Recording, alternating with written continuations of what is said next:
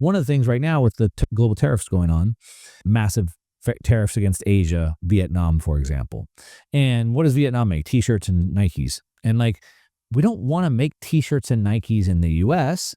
It's not economical. But we want to get the lifestyle benefit of having them. Right. For and low so prices. some people are like, well, let's just keep using slave labor overseas. Mm-hmm. It's not slave labor. You see, each nation has to climb its way out of that. The U.S. was there 100 years ago. Sure, of course. And so those people have not yet got to the ability to get to the next level, but we all will. That's what technology does for us. So anyway, every piece of technology has threatened. The candle maker was threatened by electricity. The buggy maker was threatened by the automobile, and on and on and on.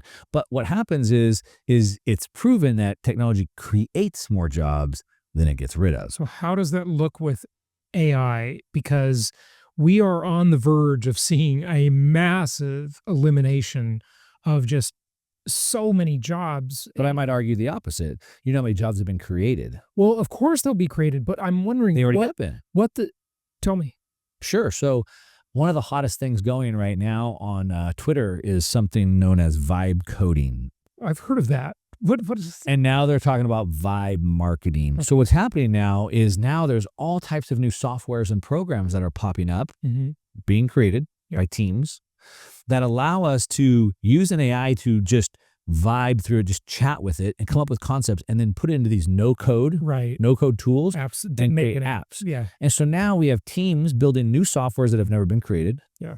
And we have other people coming in using these new tools that are there, such as the AI to brainstorm it, do the market research and the no code. And now they're creating new apps, and then they're hiring new salespeople to go sell these apps. And so like there's this like whole new economy. I get it. And I think the hard part for all of us humans is to imagine all the new needs and wants that we don't even think about now that will be created as we become more prosperous and we are freed up from these lower level jobs. But I guess the hard part for me to think about it is, how do these people that get their jobs taken away by the machine, if you will, I don't think it's that same person that can jump to this new job. And that's what concerns me about the wealth gap. Yeah. Right. Because I love a large middle class. That's what makes a country, a society stable. That's what I think the large middle class was a wrinkle in time. That's not really, maybe it was. It was pretty short-lived, really. I think it was a wrinkle in time because of that, the technology. So if you look back through thousands of years of history, it's always technology that changes the world because it changes how we organize, communicate, but also how we work. And so we had this period where machines created this large middle class. It made everybody work on the same plane, and that's over, and that's not coming back. I would also argue to look at it differently, because what happens is, and this is what the socialists and the communists get wrong, is that status is a zero-sum game. In order for me to get ahead, you have to go down. Wealth is not. Wealth creates more wealth. So when Jeff Bezos became one of the richest people in the world by making Amazon, millions of people now have become millionaires selling products on Amazon. Right. Same with eBay before that. And eBay millions of more producers have gotten rich by selling to the people selling it. So it creates more wealth. The pie gets bigger. But I think we need to also look at things differently and not look at the amount of money you make, but the standard of living that you have. You see, if you take a look at, and this is America, and obviously you look at the rest of the world, it's different. I was just in Indonesia, it's a different story. But in America, back to Jeff Bezos being one of the richest people in the world now, he's able to travel by air. The average American is able to travel by air. Yep. He has flat screen TVs. They have flat screen TVs. He has the internet in his pocket. They have the internet in their pocket. He travels by car. They travel by car. He has refrigeration and food. They have, so from a consumption standpoint, the standard of living has come up. Now, he has more money because his net value, it's in his stock. He doesn't really sell it. Whatever does that mean? Elon Musk, the richest person in the world, I don't know if you saw, his house, he bought for $50,000. It's 1,200 square feet, and he has plastic furniture in it. It's so funny. Yeah. Elon is a strange bird. But so I think if we look at... He lived in a boxable house for a while. So if we look at our standard of living, I think we see that coming up. Now, obviously, there's big discrepancies. But I would go back to one thing that you said that sparked a thought for me, is that the majority of people were trained in an industrial era education system for an industrial system that's no longer here today. Specifically, the school system from Prussia in the late 1800s was brought over into the U.S. by Rockefeller, et cetera, to train factory workers and specifically train them to be good subservient workers and not think outside the box, have their own ideas. Now, that was an industrial era, so they could just work on the assembly line. we're not in that era. So people have been taught and equipped with tools for a world that no longer exists. If they could learn one basic concept, this is what I teach all my daughters, I teach their friends. The only reason you get money is if you provide value. What does that mean, provide value? If I solve a problem. Yep. So at McDonald's, if I want to place an order, I need to place the order. If someone places the order, they can earn some money for that. And that's very low value, so they make low money. Now the computer places the order. Who makes the computer, right? So if you think about it like that, and the reason why I say that is no matter what happens in the future with technology, I don't believe there's any future where humans no longer have problems. And as long as there's problems to solve, there's value to create, and there's money to be made. Yeah, that's a good point. Someone will be there to solve them.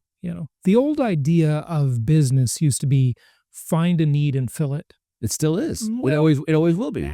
Actually, I think it's more than that. It's been more than that for probably 30 years, and I'll give you an example of it. Now it's imagine a need and fill it. Because in the example, I remember Paul Zane Pilzer uses an example in his his old book called Unlimited Wealth, A Theory and Practice of Economic Alchemy. He says, no one knew they needed a waterproof cordless phone until Sony invented one, and then everybody with a backyard pool needed one, right? So we just keep needing more and wanting more, right? And it's hard to imagine what needs we will have in the future once we are freed from some of the things we have to do now, right? Yeah. And I think where this gets really interesting for me, and I know it's really scary out there. At the time of this recording right now, Trump just escalated the tariffs on China. China said they're not backing down. Everything's crazy. It looks like as of right now, I looked up before we jumped on, like China's now starting to dump U.S. treasuries. Like it's about to get real here. And I get it. It's like scary. But if we just like zoom out a little bit, I believe we're about to go into the greatest era of prosperity and wealth that the world has ever seen. And I agree with you, by the way. Yeah. Because this new technology will make our lives easier, will make our lives more efficient, and we'll get into this sort of what they're calling like a post-scarcity world. But here's the thing. The technology that's really helped us over the last 100 years, we've never been able to reap the full benefits of the technology, because what's happening is the technology is saving us hours of our life. So instead of having to get on a plane and fly to New York, I can just FaceTime you. That saved me 6 hours, right? So technology saves time. I used to have to manually enter stuff. Now my spreadsheet does it automatically. It saves me hours of compute time. So technology has saved us hours and hours of our life. But at the same time as technology has given us hours of our life back, the monetary system with its endless debasement and inflation is stealing those hours back. So I used to be able to earn the median home for a certain amount of hours. Today, it's like 5 times more hours. Yeah. I used to buy the average share of the Dow. Now it's more hours. And so while we're getting more hours back of our life from technology, we're losing it to inflation. Yeah. I'm so glad you said that, because you know how I illustrate that point basically is like a boxing match, right? And in one corner of the ring, you have bad fiscal and monetary policy. Those are inflationary. In the other corner of the ring, you have technology, which is deflationary. The problem is, and you talk about this all the time, the consumer price index is so manipulated by weighting, substitution, and hedonic indexing. It's like the hedonic indexing is stealing the progress from the individual, right? Because every new technology that makes life better, they take it away by adjusting that into the index, right? And saying, can you imagine if we hedonically index the CPI since the invention of the electric light bulb? They would say there's no inflation at all when there really is a lot of inflation. Well, I think Ludwig von Mises, I consider the kind of father of the Austrian School of Economics. People would argue maybe it's not him. But anyway, I think he gave a talk in around 1952, and he said that, hey, watch out, like they're trying to change the definition of inflation. Yeah. It's not CPI. They're trying to change it because CPI, consumer price inflation, is a misleading name and number and metric, and it confuses us, and there's no rhyme or reason for that. Inflation is like when I inflate a balloon, I'm increasing the volume of air in a balloon.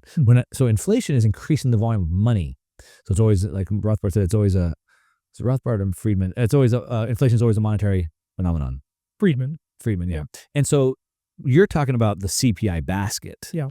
And if you look at the CPI basket, prices of basically the free market stuff, TVs, electronics, all that stuff that the prices come down. Anything that sort of has government intervention, healthcare, It's all education, it's all gone up.